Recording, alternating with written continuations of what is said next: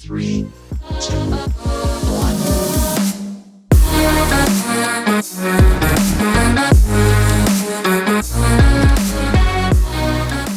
What's going on, folks, and welcome into Trees 3 here on Sports Tree. Folks, I'm KaraFrance. We're going to jump right into this with our bump and stump of the week.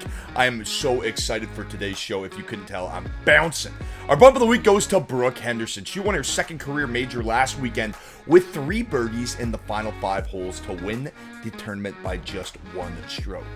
That's called clutch golf right there, folks. 3 birdies in the final 5. She decided to take this week's Scottish Championship off and will look to become the first woman to win back-to-back majors since Inbee Park in 2013 at next week's Women's British Open, obviously. Brooke, we're backing you on that one. Let's go get another one. Our stuff of the week, folks, that is the Chicago Bears. They won't pay this man, Roquan Smith. Arguably the best middle linebacker in the game right now, and the Bears are playing games with him. Not winning many, but playing games with their players, winning none on the field. Guys, sign this man. He's the last impact player who can lead this team that you have left. Mack is gone. You let Kyle Fuller walk years ago. He's the heart and soul of this defense, a city that's been built on linebackers. Urlacher, Ditka. I got Mike Singletary chilling up here. Figure it out, Bears. Without him, the D's going to crumble, and guess what? Justin Fields has no support on offense. Chicago, you're a bunch of stumps. It's going to be a long season. Getting into our 3 biggest sporting events of the week now. Coming in at number 3, it's the Rocket Mortgage Classic, and wow. This couldn't have started better for us here on Sports Tree. At 66-1, Taylor Pendrith, one of our picks to win it all. He's tied for the opening round lead with Tony Finau. Both of them shot 64s for a score of 8 under. If you watch Talk Birdie to me, you know how high I was on Taylor Pendrith. He's my guy. I was so passionate about him, and I'm so happy that he's back. And look, we took him as a best bet spot too. If he finishes in the top 20, it paid plus 320 as one of our best bets. He's currently tied for first. I like him to push into this weekend. Another one of our picks to win it all this week at 50-1, Cam Champ. He's tied for third, just 2 strokes off Pendrith and Finau. He's a bomber whose putter is getting hot, and that's why I like him at the Detroit Golf Club. Our sleeper pick, Callum Tarrant, shot a 5 under 67. He's just 3 strokes off the lead. He was plus 500 to finish in the top 20, so we took that, and 100-1 outright. Done. Lock it in. The guy's tied for 9th right now. As for Cam Davis, we took him to win, and we took him to beat Max Homa in 72 holes. He's just 4 strokes off the lead at 4 under par, and has a 4-stroke lead on Max Homa, who was even par through 17 holes played on Thursday. Well, our golf picks are off to a hot start. We all know it doesn't matter how you start, it's how you finish. So let's stay tuned through the weekend. Coming in at number 2 this week, folks, on Trees 3 is the Hungarian Grand Prix, and the F1 circuit is shifting to Budapest. I couldn't be more excited for it, but we got to talk about France for a minute, because it was such a disappointing week for Charles Leclerc and Ferrari. The guy won the pole position as we predicted here on Sports Tree, and then he's leading the race. Halfway through the race, he crashes out. In fact, that's the 3rd time that Leclerc has crashed out of the race with a lead this season. Ferrari, they have to sharpen things up, especially if they want to get back into contention in the championships for this season. As for this week's action in Budapest, Max Verstappen will look to end a decade-long winless drought for Red Bull in Hungary. He's the betting favorite at plus 125 entering the weekend. However, I'm not going to bet on a race until the pole position has been claimed. One guy I want to focus on to win this pole position, Carlos Sainz, plus 450 to win pole. He finished 3rd here last year. He won his first ever F1 event in Britain earlier this month. I think the Ferrari cars know their back is against the wall here, so that is just a sweet little spot. And then obviously I like Charles Leclerc this week, and one other guy that I want to focus on is Lewis Hamilton. He's the only driver to finish on podium in 4 consecutive races, not to mention that he won this race 3 consecutive times from 2018 to 2020. He knows the track, he's running well right now, and his car, most importantly the Mercedes car under him, seems to be running well right now. So if Lewis Hamilton has a trusty craft, I like the veteran to hit the podium this week. I like the Ferraris and Hamilton. I'm going to be mixing in both Ferraris and Lewis Hamilton for podium finishes, pending who comes out with pole in qualifying. Coming in at number 1 this week, folks, is UFC 277. If you want all of our bets, you have to buy our pick package, but I'm still going to break down the main card for you because this card is absolutely stacked. First up, it's Anthony Smith taking on Magomed Ankalaev. Now, granted, the order of these could change, but I'm pretty sure this one will be first up.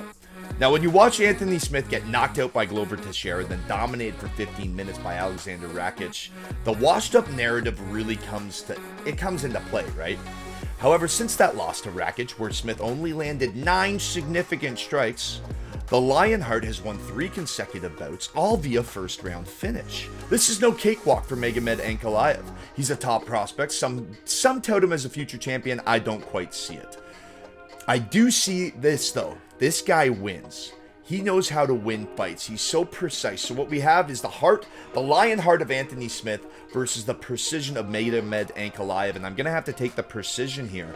But at dash 500, I can't be laying that. Maybe as a parlay piece. Actually, I love that as a parlay piece. But also, on the other side, the Lionheart Smith, he's going to be coming firing in the first round. He's going to try and take Magomed Ankalaev out of his comfort zone. So look out for that. But again, Ankalaev 17-1. I got to ride that one to the bank.